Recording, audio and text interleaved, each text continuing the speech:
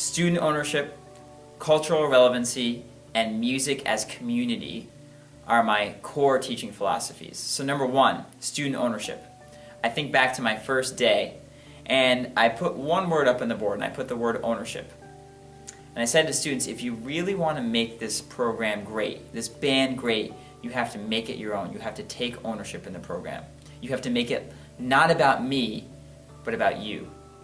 And that day, 3 students took what I was saying very seriously, and those 3 students became our first band leaders. And then this year, we have 34 band leaders who are preparing to lead 550 band students next year, to make it their own, to take ownership of their program, to become the leaders that they were meant to be. Number 2, cultural relevancy. Every student's culture is important in this band, so we don't play one kind of music, or one style, or one genre. We mix it up.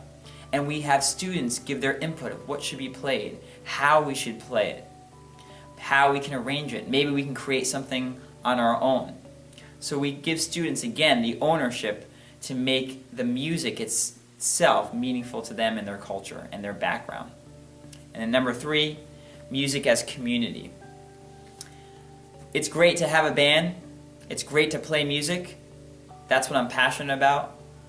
But we need to be a community. We need to be a family. So we always have events that not just foster our ability to become great musicians, but become great friends and a family unified by a common goal to make music and share music.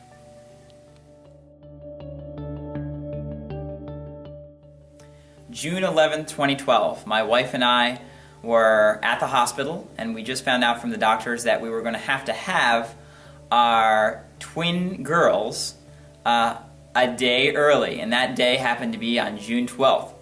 It just so happens that June 12th was the day of our biggest concert to date. Symphony Hall graduation in front of 3,000 people, and I wasn't going to be able to be there.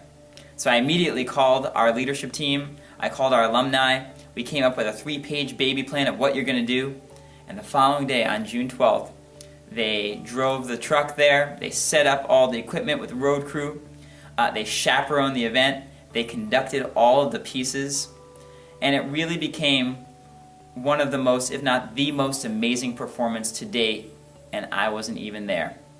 And that day, on June 12, 2012, was the day we officially became a student-led organization, not a teacher-directed organization. And for that, I'm extremely proud. That was my proudest moment.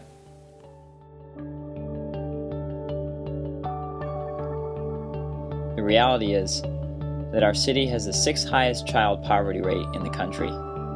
Most of our students can't afford their own instrument. There's a pervading sense of hopelessness. But our SciTech band has a vision which captures our hope for the future.